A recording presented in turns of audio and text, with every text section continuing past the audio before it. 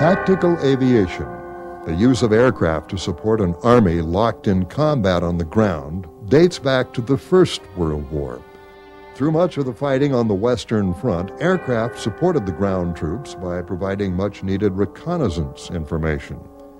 Later in the war, as the stalemate in the trenches continued, both sides started attacking each other's troops with machine gun-wielding aircraft. Others carried light bombs to rain down on trench positions. Once the war ended, both the British and American air advocates quickly forgot about tactical aviation as they sought to find an independent role for their air services. As the B-17 became the primary Army Air Corps weapon, tactical aviation in the United States continued to languish. Light and medium bombers were built for the role, but the Air Corps decided they would be used not in frontline attacks, but rather to hit enemy airfields and lines of communication.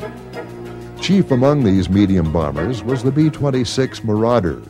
The B-26 was made according to specifications to fly at a relatively high speed, carry a heavy bomb load, and deliver the bombs. And safety was a added factor that came in as time permitted.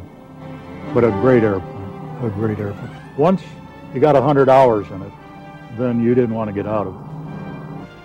Along with the B-26, the North American B-25 would serve as a solid, steady stablemate. While not as fast as the Marauder, it was eminently adaptable. B-25 was a real nice airplane to fly. It was kind of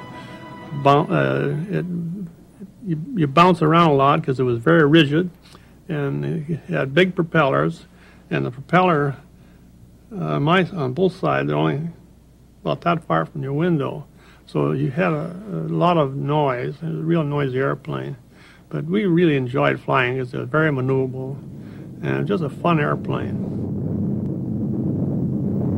The medium bombers that the United States Army Air Force developed were really designed to placate the Army in its need for close support operations. And since the Air Force really had a thing against actual battlefield air support, what they designed the bombers to do was to attack immediately behind the lines and suppress enemy supply and communication lines.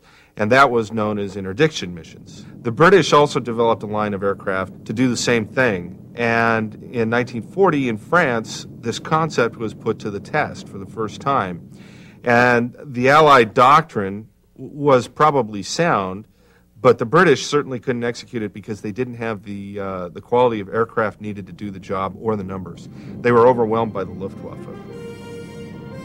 But if British tactical aviation failed during the Battle of France, it would come into its own through hard-won lessons in the desert only months later.